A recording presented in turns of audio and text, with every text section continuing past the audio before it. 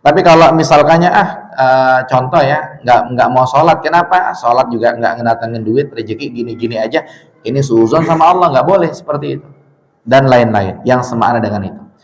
Kemudian dikatakan berikutnya, kebanyakan orang berprasangka buruk terhadap Allah, baik dalam hal yang berkenaan dengan diri mereka sendiri, ataupun dalam hal yang berkaitan dengan orang lain.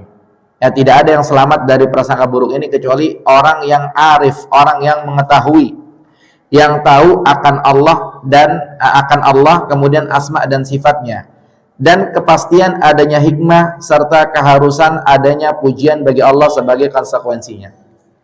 Jadi rata-rata orang pada suuzon sama Allah, dan tidak ada yang selamat kecuali orang-orang yang tahu, orang-orang yang paham, orang-orang yang berilmu.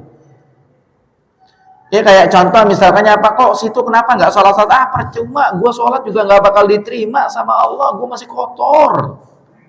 Suuzon sama Allah Subhanahu wa Ta'ala. Dan yang selamat dari suuzon sama Allah itu hanya orang-orang yang belajar agama saja, orang-orang yang berilmu.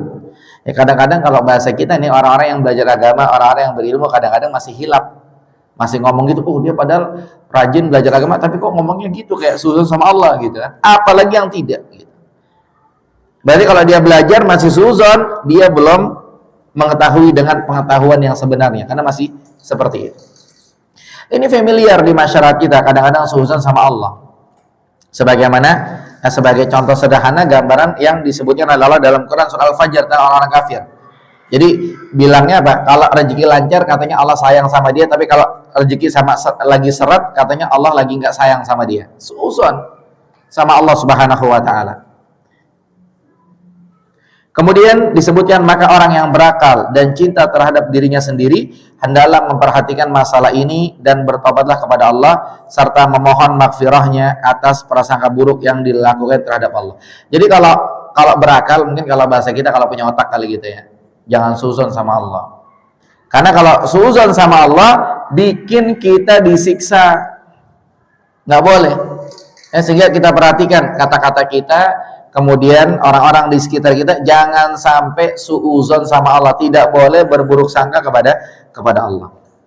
Kemudian dikatakan, apabila Anda selidiki siapapun orangnya, niscaya akan Anda dapati pada dirinya satu sikap menyangkal dan mencemooh qadar takdir dengan mengatakan hal tersebut semestinya begini dan begitu. Ada yang sedikit, ada juga yang banyak. Jadi sok ngoreksi takdir Allah. Ya Allah nih salah nih, mestinya tuh orang mah diginin gini. Allah gimana sih gini. Itu suuzon sama Allah nggak boleh.